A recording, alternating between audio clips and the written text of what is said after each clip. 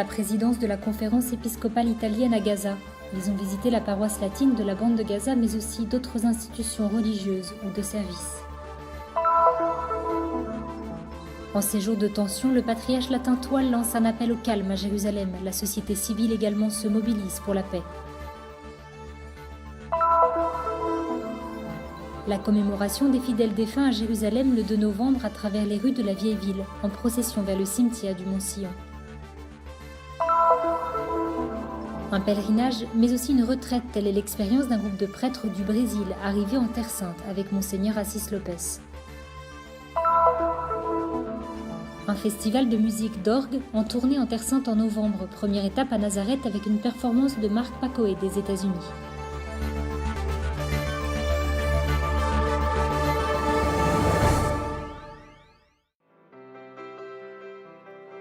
Un peuple marqué, mais pas pour autant résigné. Telle est l'image que garderont de Gaza les évêques de la présidence de la conférence épiscopale italienne qui, du 2 au 4 novembre, suite à l'invitation du patriarche latin de Jérusalem, ont visité l'église et la communauté de Gaza, un peu plus de 2 mois après la fin du conflit, où plus de 2000 personnes ont trouvé la mort et plus de 10 000 ont été blessées. Le cardinal Angelo Bagnasco, président de la CEI, ainsi que les 3 vice-présidents, le cardinal Bassetti et les évêques Nocilia et Spinillo, et le secrétaire général Monseigneur Galantino, ont apporté un témoignage de solidarité de la part de l'Église et du peuple italien. Una grande distruzione di edifici, ospedali, scuole.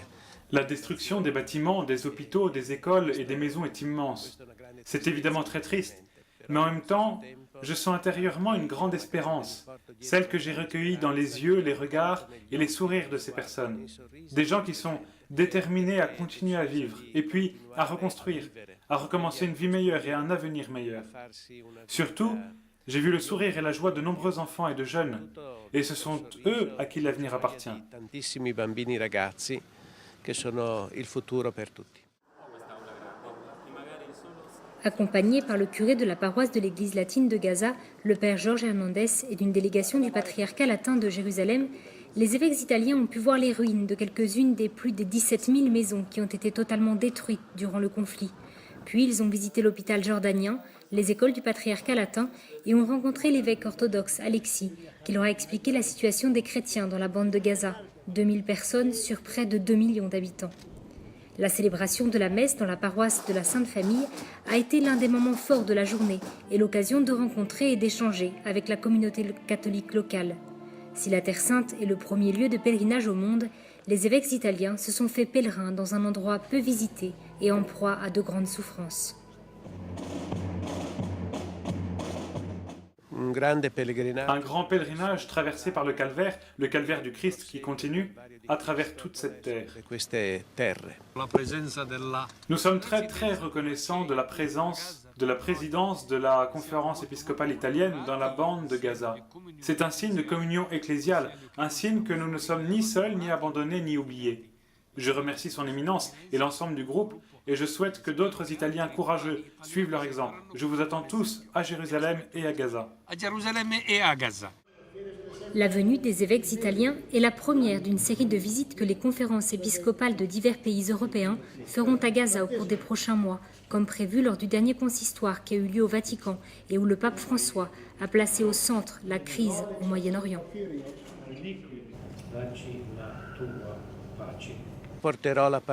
Je vais rapporter les paroles de ces personnes au Saint-Père, leurs salutations, leur affection, leur gratitude pour sa récente visite. Lorsqu'ils ont su, puisque je leur ai dit que je verrai le Saint-Père jeudi, ce fut pour eux une source de grande joie. Un voyage qui, dès maintenant, promet déjà de ne pas rester sans suite. Dans la prière, nous continuons en tant que communauté chrétienne d'Italie à soutenir les communautés chrétiennes qui vivent ici, et pas seulement les communautés chrétiennes. Et puis, avec l'aide de Dieu, nous allons continuer à apporter notre soutien aux œuvres nécessaires à ce territoire et que le patriarche, sa béatitude, connaît très bien. En sortant de Gaza avant de repartir pour l'Italie, les évêques se sont également arrêtés dans la ville de Sderot en Israël, à la frontière avec la bande de Gaza, accompagnés d'une association qui offre un soutien psychologique à la population de la ville touchée par les tirs de roquettes.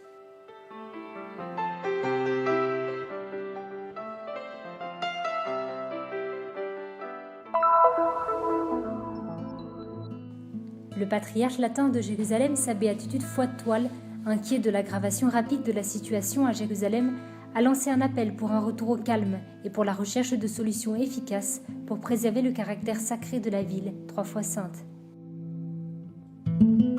Selon Toile, cette ville, symbole de la paix pour des millions de croyants à travers le monde, ne devient pour eux qu'un lieu dangereux, en proie aux flammes et à la haine. C'est pourquoi, plus qu'ailleurs, il convient de rétablir la paix et la sécurité pour les habitants et les pèlerins. Le patriarche a conclu son message en invitant tous les aimants de Jérusalem à se mobiliser dans la prière pour redonner à cette ville sa vocation de ville sainte et de ville de paix et non de violence. À Jérusalem également, le groupe Kids for Peace, association interreligieuse de jeunes qui tâchent d'apporter de l'espérance au conflit israélo-palestinien, a organisé le mercredi 5 novembre une manifestation pacifique à Jérusalem. La rencontre était fixée à l'entrée d'un centre commercial situé au pied de la vieille ville. Kids for Peace, fondé en 2002, réunit aujourd'hui 400 familles et mobilise activement au sein de ses activités 250 jeunes âgés de 11 ans et plus.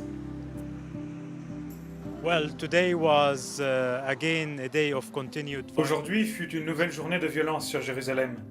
Nous sommes un mouvement interreligieux réunissant des chrétiens, des musulmans et des juifs qui croient qu'ils peuvent vivre ensemble. Nous sommes ici pour dire non à la violence et pour dire que la paix est possible si nous vivons tous ensemble, si nous nous écoutons tous, si nous sommes tolérants et si nous nous comprenons les uns les autres. Pourquoi êtes-vous là aujourd'hui ? Parce que je pense que la violence contre d'autres personnes, juifs ou arabes, musulmans ou chrétiens, ne devrait pas exister, qu'importe d'où ils viennent ou leur nationalité. Il y a vraisemblablement des gens qui tuent, mais cela ne signifie pas que tous ceux qui sont de la même nationalité font la même chose.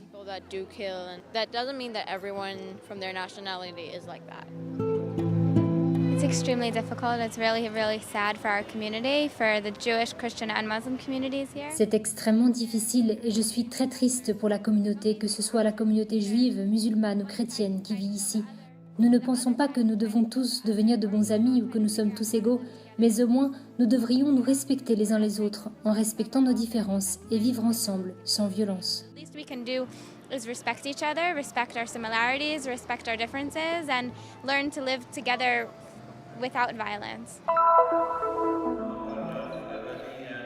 En 2014, la commémoration des fidèles défunts le 2 novembre tombait un dimanche. À Jérusalem, après la Sainte Messe dans la paroisse latine de Saint-Sauveur, présidée par le curé le père Ferras et Jazine et à laquelle ont participé de nombreux paroissiens, les frères se sont rendus en procession vers les différents cimetières chrétiens du mont Sion.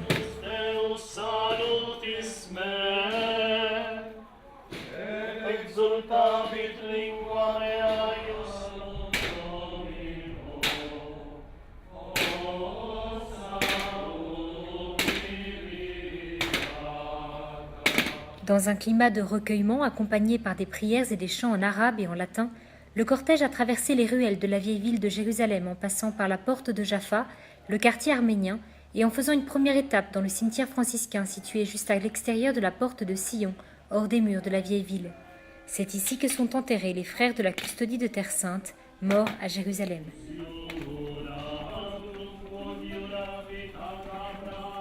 Dans les 2 cimetières paroissiaux, placés l'un à côté de l'autre, les familles sont déjà réunies en grand nombre autour des tombes de leurs défunts ornées de fleurs, en attendant l'arrivée de la procession. Certamente la nostra preghiera e il nostro onore per tutti i nostri morti. Bien sûr, notre prière pour les morts prend sa source dans notre foi en Jésus-Christ ressuscité. Aujourd'hui, dimanche, est de toute évidence un jour très important puisque tous les dimanches, le jour du Seigneur, nous faisons mémoire de tous les défunts. C'est le jour de notre résurrection. Nous prions pour tous nos êtres chers, désormais réunis avec tous les saints au ciel, avec tous ces saints dont nous avons célébré la fête hier. Nous prions pour que Dieu leur accorde le repos éternel auprès de lui. Abbiamo celebrato la loro festa ieri, la nostra preghiera è che il Signore dia riposo e anche l'eterno riposo con il nostro Signore. Non loin du mont Sion, dans les murs de la ville sainte, se trouve le Saint-Sépulcre, un lieu de pèlerinage pour les visiteurs du monde entier. C'est le lieu de la résurrection du Seigneur qui s'est révélé comme la résurrection et la vie, et a dit « Celui qui croit en moi, même s'il meurt, vivra. et tout homme qui vit et qui croit en moi ne mourra jamais.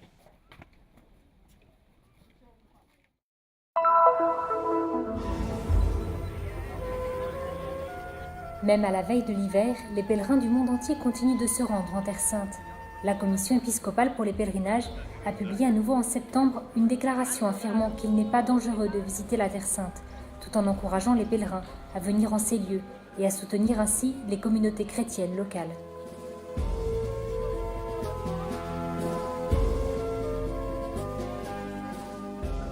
Un pèlerinage et une retraite sur les pas de Jésus pour découvrir le 5e évangile, tel que le bienheureux pape Paul VI appelait la Terre Sainte.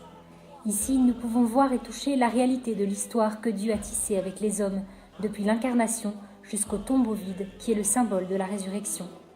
Voici l'expérience vécue par 25 prêtres venus de Rio de Janeiro au Brésil, avec Monseigneur Assis Lopes, pour visiter la Terre Sainte.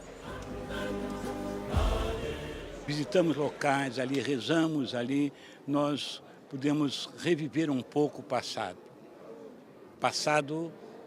Nous avons visité les lieux saints, nous avons prié et nous avons aussi pu faire mémoire de notre histoire passée. Là où le Seigneur Jésus a commencé sa prédication, où il a rencontré les apôtres. Nous avons été également à divers endroits, touchés par la sainteté du lieu. Il y a eu sans doute quelque chose de spécial. Voir tout avec les yeux de la foi est la chose la plus importante, tout comme croire que le Seigneur veut que chacun comprenne de plus en plus l'Évangile. Cela vaut la peine de venir en Terre Sainte. Entenda cada vez mais a palavra do Evangelho, o porquê dele ter morrido na cruz, vale a pena vir à Terra Santa. Le frère Bruno Variano, directeur spirituel de la retraite, a quant à lui évoqué l'expérience extraordinaire de ces hommes amoureux de Jésus-Christ. Ici, vous pouvez toucher le 5e évangile et réaffirmer à Jésus votre oui. Il n'est pas une légende, ni une histoire passée. Jésus a vécu ici. Ici, il vit dans l'histoire, ici, il est avec nous, l'Emmanuel, Dieu avec nous. C'est là une retraite merveilleuse et j'espère qu'il y aura beaucoup d'autres. Está sendo lindo esse retiro e esperamos que tenham tantos outros. La retraite a commencé à Nazareth dans la basilique de l'Annonciation. La prière de l'Angélus à la grotte de l'Annonciation à midi avec les moines du monastère a été une expérience très forte pour les prêtres tout juste arrivés du Brésil. Le pèlerinage a ensuite continué à travers les sanctuaires de la Rédemption pour rejoindre enfin la basilique du Saint-Sépulcre à Jérusalem. Et c'est dans la chapelle dédiée à la rencontre de Jésus avec la Vierge Marie qu'a été célébrée la messe de clôture. Experiência de uma peregrinação retiro, onde nós fizemos os passos. L'expérience d'une retraite pèlerinage sur les pas historiques du Seigneur Jésus en visitant les lieux saints est une expérience de rédemption pour notre identité. Redécouvrir les lieux saints est aussi l'occasion de raviver notre foi, de raviver notre profond désir de servir le Seigneur Jésus ressuscité. Je pense que l'arrivée au Saint-Sépulcre constitue et conclut parfaitement notre voyage, la profession de notre foi, parce que la résurrection est le centre et la plénitude de notre expérience chrétienne. É o centro, é a plenitude da nossa experiência cristã. Para mim foi uma experiência riquíssima. Pour moi, ce fut une expérience très riche, l'occasion de renouveler notre foi, notre vocation. Nous avons pu faire l'expérience d'écouter Jésus parler. L'Évangile acquiert une nouvelle force, retrouve une nouvelle vie. C'est ainsi que, dans toutes les expériences que nous avons pu faire, partout où nous sommes allés, nous avons entendu le Seigneur nous dire encore « Venez, suivez-moi ». Por onde passamos, ouvimos novamente o Senhor dizer: "Vem, segue-me".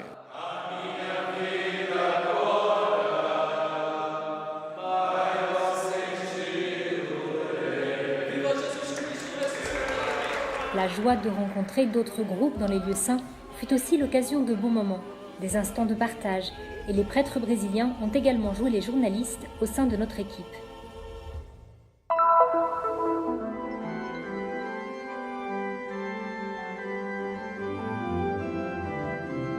La première édition du Terra Sancta Organ Festival est partie de Nazareth. 14 concerts d'orgue auront lieu tout au long du mois de novembre à travers les principaux lieux saints, de Nazareth à Jérusalem, en passant par Bethléem, Jaffa et Emmaüs al-Kubaybé. L'initiative, parrainée par la Custodie de Terre Sainte, tend à diffuser les sons et les mélodies d'un instrument typique de la tradition chrétienne latine et qui n'existe pas dans les autres liturgies orientales.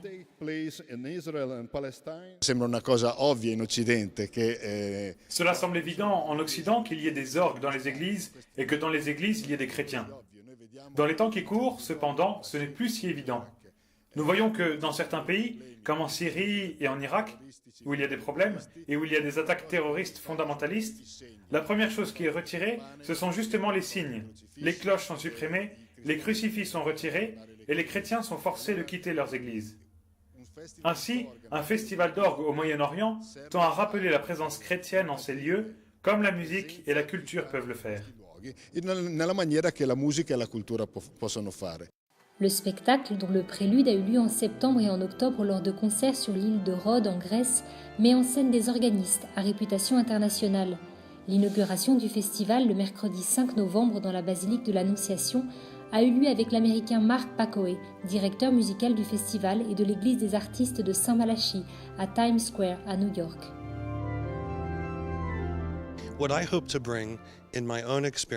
Ce que je souhaite, c'est apporter mon expérience personnelle, par des prestations aux quatre coins du monde, tout en comprenant les gens et leur façon de prier. Je cherche à comprendre comment nous pouvons également être liés à nos racines musicales dans l'Église et à toutes les grandes traditions qui existent dans l'histoire de l'Église catholique.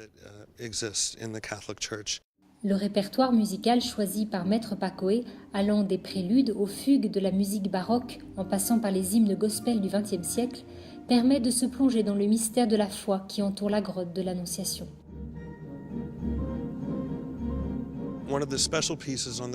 Un des morceaux remarquables du programme, qui m'aime beaucoup lorsque je joue, s'intitule « Le salut de l'ange » de Siegfried Karg-Elert. Il contient le chant de Ave Maria bien connu dans l'Église. J'ai senti que je devais le jouer ici en Terre Sainte et dans la basilique de l'Annonciation. Un festival tout juste né, mais qui est déjà pensé sur le long terme. Lors de prochaines éditions, il sera attendu dans d'autres pays du Moyen-Orient, y compris la Syrie. Un projet auquel il est possible de contribuer par un don à l'association Pro Terra Sancta. Dès aujourd'hui, la sensibilisation et la formation constituent les objectifs premiers des organisateurs, comme c'est le cas la plupart du temps pour les activités de la Custodie de Terre Sainte. L'orgue est très important pour la liturgie, encore plus que pour le festival. Ainsi, nous voudrions que, dans tous les lieux où se trouve la Custodie, et en particulier dans tous les lieux du Moyen-Orient, il y ait des orgues qui résonnent, des communautés qui prient, et que de nouveaux jeunes apprennent la musique pour servir ces communautés.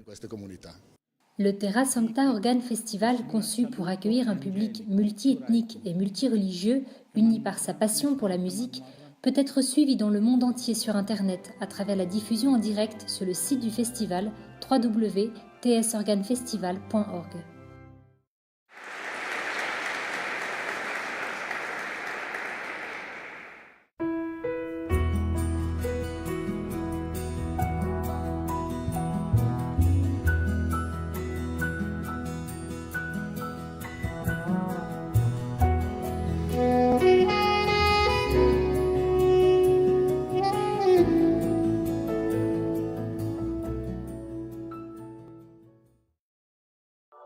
Nous sommes ici pour faire connaître la Terre Sainte, pour donner une voix et une visibilité à l'Église mère de Jérusalem, aux chrétiens locaux et aux lieux saints. Nous sommes ici pour raconter les histoires nombreuses et souvent oubliées de ceux qui vivent au cœur des difficultés avec foi et courage. Nous sommes ici pour porter au monde entier l'espérance de la terre de Dieu. Soutiens ceux qui œuvrent au nom de la Custodie de Terre Sainte